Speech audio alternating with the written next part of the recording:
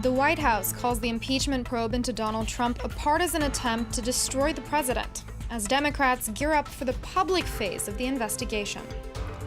Donning Halloween masks, Hong Kong's pro-democracy protesters challenge security forces in a standoff ahead of a 22nd straight weekend of demonstrations. And thousands of Islamists converge on Pakistan's capital to demand the resignation of Prime Minister Imran Khan. They blame him for the country's economic struggles.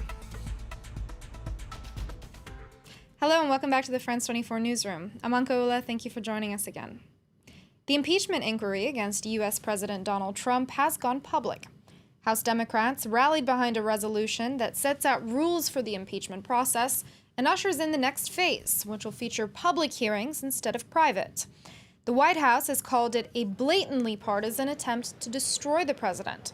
Republicans are standing behind Trump, setting Washington against itself as it prepares for a long and ugly battle. Monty Francis has more. Motion to reconsider is laid upon the table. With the impeachment inquiry of U.S. President Donald Trump about to take a very public turn, Republicans in the House Thursday rallied behind the president. The country next year will be deciding who our president is going to be. It should not be Nancy Pelosi and a small group of people that she selects that get determined who's going to be our president. Republicans have mostly avoided defending the substance of the allegations that Trump solicited foreign help in the 2020 election, instead attacking the impeachment process as unfair. This is a process that has been fundamentally tainted. The president has had no rights inside these hearings. His counsel has not been able to be present. The resolution says that they're going to continue doing what they want to do. It gives authority for open hearings. But they cannot go back and fix what is a fundamentally tainted and unfair record. Democrats fired back, pointing out that Republicans held private hearings when they impeached former President Bill Clinton in 1998, and that there was no constitutional requirement for them to pass Thursday's resolution, formalizing the impeachment process. Claiming otherwise is but a fabrication meant to distract from the mountain of growing evidence that demonstrates this president abused his power for personal benefit. I thank the gentleman for yielding. Adam Schiff, who heads the Intelligence Committee, said Democrats were left with no choice to move forward, calling it a solemn day for the country. We take no joy in having to move down this road and proceed with the impeachment inquiry, but neither do we shrink from it. No Republicans voted for the resolution, but 2 Democrats crossed the aisle and voted against it, underscoring a huge partisan divide that shows no signs of fading. Well, earlier we heard from Howard Dick, Distinguished Professor Emeritus at Stony Brook University. He explained how this latest move from the House changes the political dynamic in Washington. It changes the political dynamic in 2 ways. On the one hand, it makes it difficult, if not impossible, for the Republicans to say, you're doing a lynch mob. You're ramming this through. It's a witch hunt. Because now it's going to be public, open hearings. And secondly, insofar as these are hearings called officially now around the question of impeachment, those people who receive subpoenas, who are called upon, not invited, but called upon to testify, will now have to testify. And that means you're going to have a lot of witnesses, starting, for example, with the former National Security Advisor, John Bolton, who, as you know, was fired by Trump, or, as he says, he quit before Trump could fire him, whichever way. His testimony will be extremely interesting. And then, finally, all of those testimonies that have taken place before, notice why they were done in secret. They were done in secret to avoid the testimonies from the testifiers from getting together and concocting one unified story. Now these people who have testified privately, and there are notes taken about it, those people will now be called upon to testify publicly. Crossing to the West Coast, where fires are still burning across the state of California. These are the latest images of a new fire that's threatening homes in Santa Paula, north of Los Angeles. Fire officials there say the blaze quickly grew to more than 3 square kilometers. Hundreds of firefighters are battling the flames with the help of helicopters and bulldozers. Now, while the winds that fed the flames across the state are mostly dying down now, forecasters have extended red flag warnings for fire danger in some parts of Southern California. In Hong Kong, pro-democracy activists are bracing themselves for a 22nd straight weekend of unrest. Tensions were palpable this Halloween as masked protesters engaged in a standoff with security forces. Hostility has been building against authorities in the Chinese-run enclave after a summer filled with brutal clashes between police and protesters. Sanam Chantier has the story. Protesters taunting police on the streets of Hong Kong. They were met with tear gas and pepper spray on Thursday as they defied an emergency law that bans face coverings. It can be punishable by up to a year in prison and a fine of some €2,900. Mingling with Halloween revelers, one activist was dressed up as the city's leader Carrie Lam in a dog collar and on a leash. We're wearing a mask today because we're trying to, it's a symbol against the anti-mask law. We are going to get into trouble for everything in Hong Kong right now, so that wearing a mask is a stance to the government to tell them that we are not afraid of their evil law. Hong Kong has been entangled in a political crisis for 5 months over a now quashed extradition bill, transformed into a wider movement against Chinese interference in the city's affairs. And these pro-democracy protesters have routinely worn masks. This amid fears that their identities will be uncovered, resulting in retribution. Let's cross to Pakistan next, where Prime Minister Imran Khan is facing the first major challenge to his leadership. A caravan of tens of thousands of Islamist protesters has arrived in the capital, Islamabad. They traveled hundreds of kilometers to demand Khan's resignation. Monty Francis has the story. We should go back. After 5 days and 1,400 kilometers, a caravan of cars and trucks arrived in Islamabad Thursday, having traveled from the southern city of Karachi. Led by Maulana Fazlur Rahman, the leader of the Islamist JUIF party, protesters are demanding that Prime Minister Imran Khan resign from office. He is not the elected prime minister of this state. We say democracy, that is not there.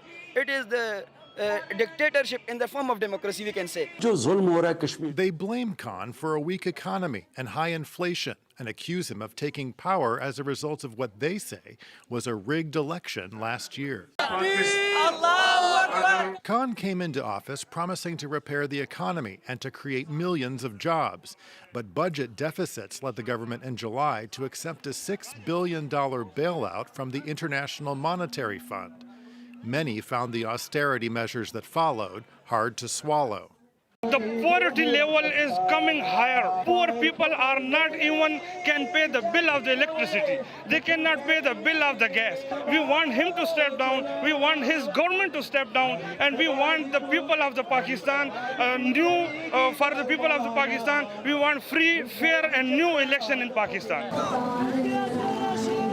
In addition to low wages, protesters are also expressing their support for fellow Muslims in the disputed territory of Kashmir, which had its autonomy revoked by India 3 months ago. Khan denies the charges of election tampering and says he has the full backing of Pakistan's military. So far, he is resisting demands to step down, but protesters are vowing to stay in Islamabad until he does. Well, staying in Pakistan, at least 74 people have been killed after a fire broke out on a moving train. The blaze, which consumed 3 carriages, was apparently caused by a cooking gas stove. Many of the passengers jumped out of the speeding train in panic. Of the dozens more who survived with injuries, several remain in critical condition at nearby hospitals. Protesters in Baghdad took some time to celebrate a victory for the movement after news broke that Prime Minister Adel Abdul Mahdi was willing to step down. But many were disappointed. President Barham Saleh said Mahdi would only resign if his replacement was found. Saleh also pledged snap elections in the country to appease protesters who face security forces in deadly clashes this month. Lawyers are currently processing complaints from many of those protesters who were injured, hoping to hold the government accountable for the way it's handled the protests since the start. Our team on the ground sent us this report. Amid the crowds of protesters in Baghdad's Tahrir Square, a tent with a particular function. It shelters lawyers from the Iraqi Bar Association, who are taking complaints from those accusing the government of lethal tactics in suppressing the demonstrations. Central to the accusations, the use of tear gas, resulting in large numbers of deaths and injuries. I ask the Bar Association to file a lawsuit against the government and all the state's legislative and executive branches for being involved in the killings of people. These are the riot forces. The Iraqi Bar Association has already set up committees to monitor such cases, a means of ensuring those who file them aren't in turn persecuted. In case of injuries, so if someone is wounded, the Bar Association is ready to initiate lawsuits for those who have suffered any kind of accident. Most of those accidents have been caused by old and expired tear gas, which has a far worse effect on people, up to and including death. Local tuk-tuk drivers have been jumping in to help evacuate the wounded to safety.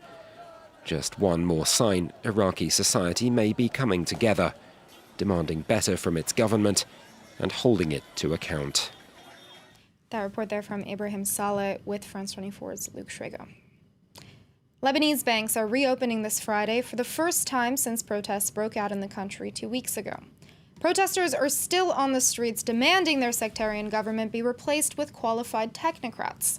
On Thursday, Lebanon's president appeared to take a step towards the people by saying the country's next cabinet should include ministers picked on skills and not political affiliation.